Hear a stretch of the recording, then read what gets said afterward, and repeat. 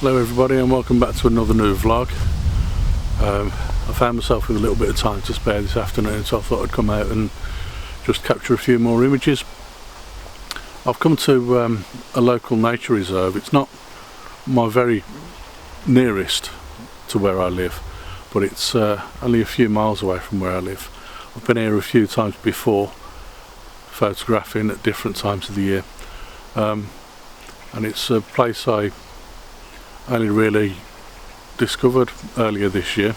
Somebody mentioned it to me and I thought I would come out and have a look, so I've been back 3 or 4 times since, which is quite interesting. Anyway, I thought I'd stop at this spot because just behind me there are a couple of trees that I wanted to have a look at. Just there, they kind of stand opposite one another, one curving up and in front of the other, and then the other just curving a little bit towards the first one. And at the bottom here there's a bit of a knot in the wood of one of the trees which has been chipped out at some point, which is quite interesting. So I decided I wanted to capture a shot of that. I've noticed now that I've come back to this woodland in August, and yes, it is August, believe it or not.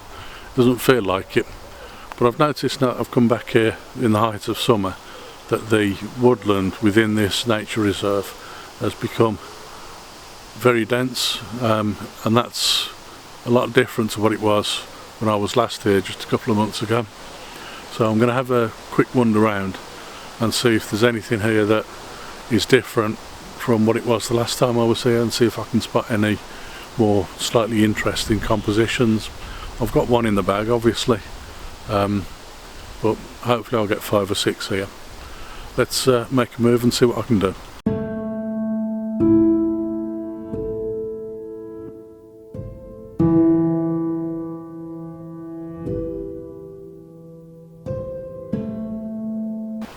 So, those of you who know me, you know I quite like to do focus stacked images and create something that's in sharp focus right from front to back, and often it involves several trees.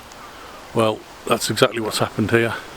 I've come to a little spot just a few yards away from where I was standing, and there are several trees behind me. There's a set of 3 here, just there, those 3 little trees, which look very interesting. They make a nice composition on their own, but as you spread out a little bit, there are trees either side of this composition, and there's some further back there that are interesting as well.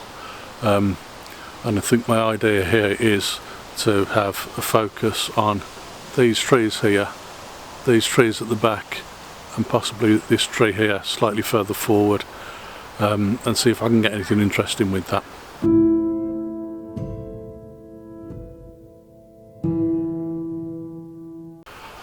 I've posted a YouTube short. It's only 15 seconds long because that's all I was able to record on my phone, but it basically asked the question, is the Digital SLR dead as a tool? And I realised as I was making my way here thinking about the question that it's a ridiculous question anyway, because I'm currently using a Digital SLR right here right now to record this very video. So obviously I'm kind of putting my foot in it a little bit, but I'd like to use this vlog to try and explain to you why I think the SLR, the Digital SLR, is gone, dead, no longer a thing. And it's mainly because of the advent of mirrorless cameras and mobile phone technology.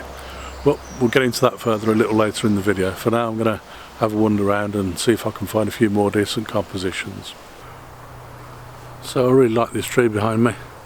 You can see it just there, just through the undergrowth. And the reason I like it is because it is completely different every time you come here.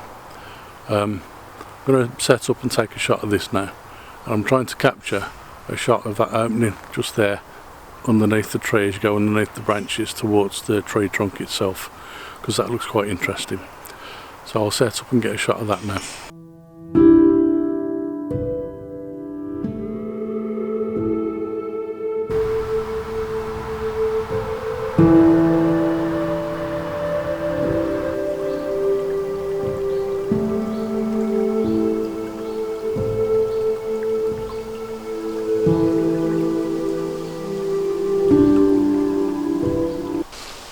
Mirrorless camera systems now pose a clear and present danger to the old SLR systems of the past, purely and simply because the quality is there.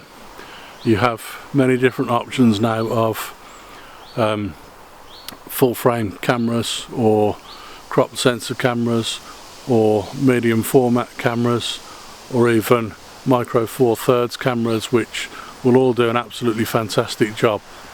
And because they are mirrorless, they have less weight built into the body of the camera, and therefore they're easier to carry around, so they become quite a useful tool for us landscape photographers as we're walking around looking for compositions, just like I'm doing today.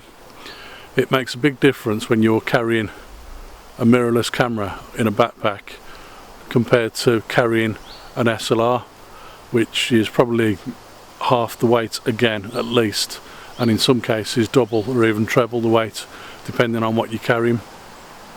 So obviously there's the option there now of using mirrorless cameras.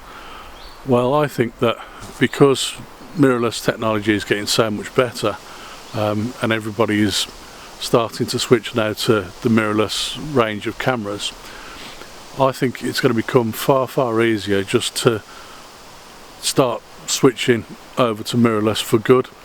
I don't think there's any need to continue using SLR cameras in the future, certainly not in the distant future, maybe for the next few months or years while people are still transitioning from one to the next, one to the other. But once you get past the next 3 or 4 years or so, you'll probably find that nobody else ever buys another SLR. I've even started noticing in the last couple of months that some of the big digital SLR manufacturers have stopped manufacturing and discontinuing their SLR lenses because nobody wants to buy them anymore. So that's an obvious plus point for the mirrorless system as well. There's a cracking tree just behind me, this one here, which is obviously all gnarly and twisted, and I like the path running up towards it and around the side of it. So I think I'm going to stop here and get a shot here, and then we'll move on.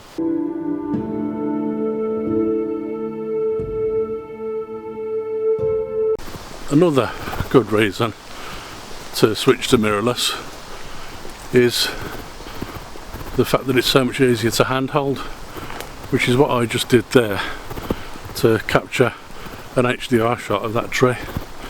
The camera's much lighter, and it also meant that I could avoid setting up the tripod, which has saved me a little bit of time. And obviously if you're doing that over a series of several images, you can be saving yourself quite a lot of time. But mirrorless is the way to go, I think, and that's why I believe that SLRs are in the past. The other thing is that you've got the extra argument, of course, of mobile phones, which now use computational photography to create stunning images, and you'll see people dotted all over the internet who are using mobile phones to capture great photos, and I think there's certainly a space for that in the future, and I can't wait to see how we get on with that.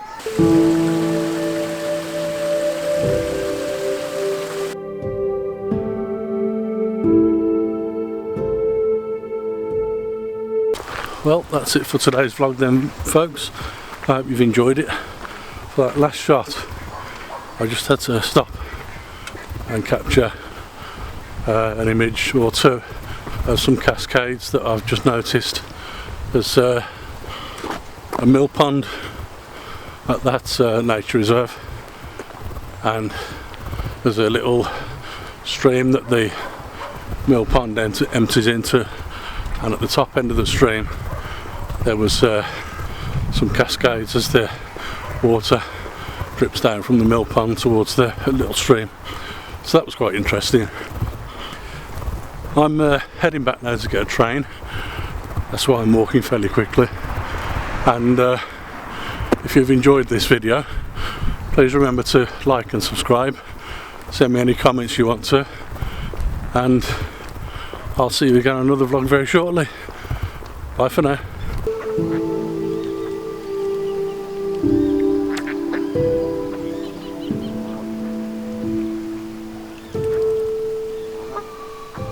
Thank you.